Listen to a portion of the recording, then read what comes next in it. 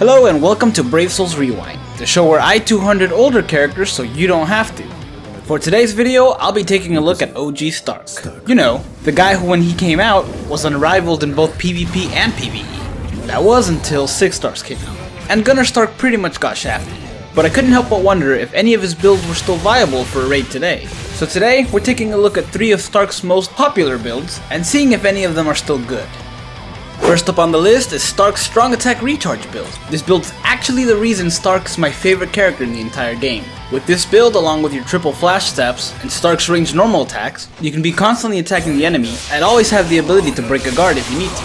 Unfortunately, the damage is just blah. It's no good. Even at level 200, Stark's stats are very bad. But that's really the only downside. This build allows you to constantly be doing damage, and because of Stark's abilities, it's actually pretty easy to survive. So I'm gonna go ahead and improve this build. Although maybe not take it on a quest where you need to deal the most damage.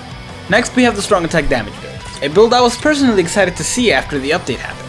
Unfortunately, I was left somewhat disappointed. Sure, his damage increased, but not that much, and with character links you can really only get a maximum of 75% more strong attack damage out of him. You can easily deal more damage in the long run with the 54% recharge build. That said, it was nice to be able to instantly kill some enemies with his strong attacks, but it wasn't really worth having to wait all those seconds for them to reload, just to deal a massive amount of damage or to even break a guard.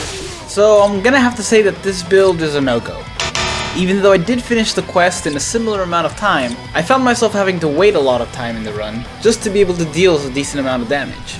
Now finally we have the normal attack damage build, a build I've been wanting to try on Stark for a really long time. And while I didn't have the best accessories to try this build out the way I wanted to, I was still pleasantly surprised. And while obviously he didn't do as much damage as some of the newer characters, it was still an okay amount. I could just dodge around and shoot at my enemies, and only use strong attacks when I need to do a guard break. Personally, I would use this build in some of the co-op raids, but again, maybe not something like Extreme Co-op or the Inherit Zones.